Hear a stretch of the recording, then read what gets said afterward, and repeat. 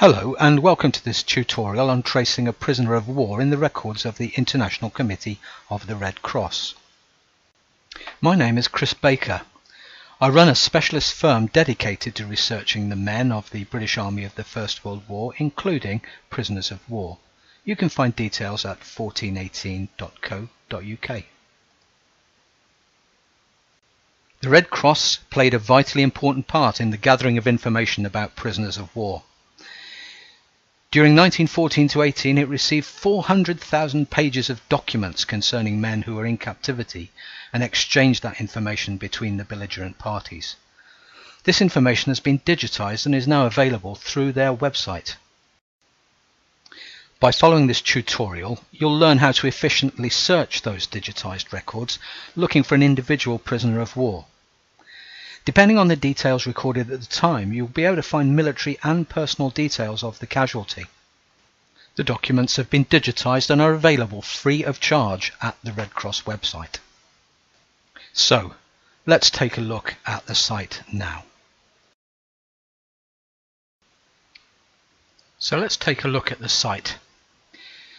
You'll find plenty of information about prisoners of war and the camps in which they were held, which gives very good context for understanding the life of a soldier who had been taken prisoner.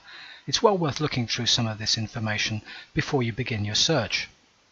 But I'm going to look for a particular individual whose name is Elijah French. I'm going to start by entering just his surname and click on the Start Search button. It's necessary to then press the Validate button to proceed any further.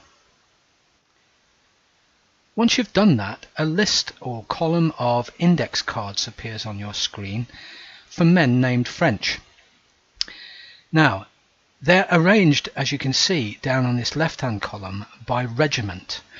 And unless you know the man's regiment, that can make life very difficult. I have to say too that the arrangement of surnames in this system can be very baffling. They're not all in alphabetical order, so you may need to be a bit flexible in your search. Now, I know that my man Elijah French was in the London Regiment, so I've clicked on that and I'm going down the cards until I find him. Here's an E French with a number I recognise. So I'm going to need to drill into that card and find out more about it. And I do that by clicking on the red bar called Additional Information About the Person.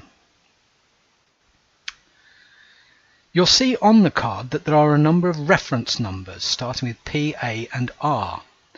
And the search button on the right allows me to enter those one at a time to see the original document that they refer to. So let's enter the first one, PA 18340.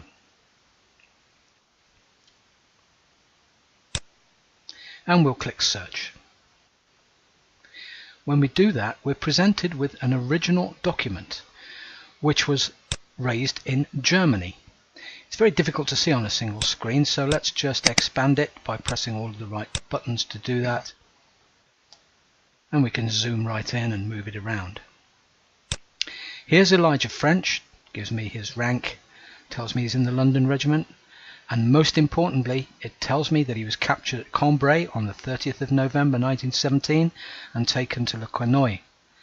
Here's his date of birth and the address of next of kin. Fantastic information. Very useful, so save that image to your own computer to look at in your own good time. So let's close that and go back and do the same thing with the second reference, PA 22652. Click search and it brings up the second document. Now here we are, another German document that we can zoom in on. Let's expand it so that we can see it. Move it to the middle of the screen. Elijah French is there. All the details the same. It tells me that he was unwounded and that he was held at the Dulmen camp. Also gives me more details of his next of kin. He'd been moved from Dulmen camp to Friedrichsfeld camp, and there are some dates at the top that relate to when this page was produced. So I'm beginning to build up a story here of his captivity, move to camps and so on. Let's have a look at the final reference, 52226. It's an R reference this time. Now R stands in this system for repatriation, and this brings up a British document. Let's expand it so that we can see it on screen. It's a typed list of men who were repatriated back to Great Britain, in this case to Dover, on the 27th of November 1918. The names are there, and if I look down the list, there's Elijah French with all of his known details. So fantastic stuff. I've got a start to end few points of detail of Elijah's captivity. Very useful website, worth saving all of those documents. Take time to understand them, and they'll give you a very good platform for carrying out further research into your man. Once you have his details from the Red Cross, there are other things you can do to build up the picture of the man's captivity. If you're lucky and find his service record, there will be some details in there. He'll be named in a casualty list as missing in action, and there may be newspaper reports of that and when he came home. The National Archives has some specialist information in their collections, and you should, once you've got a date of his capture, be able to find the circumstances of that from the war diary of his unit and any trench maps that are associated with it. I hope you found this tutorial useful. You'll find much more free information and advice about British prisoners of the First World War at the Long Long Trail website.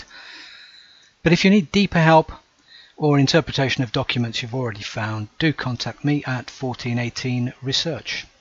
Good luck with your own researches.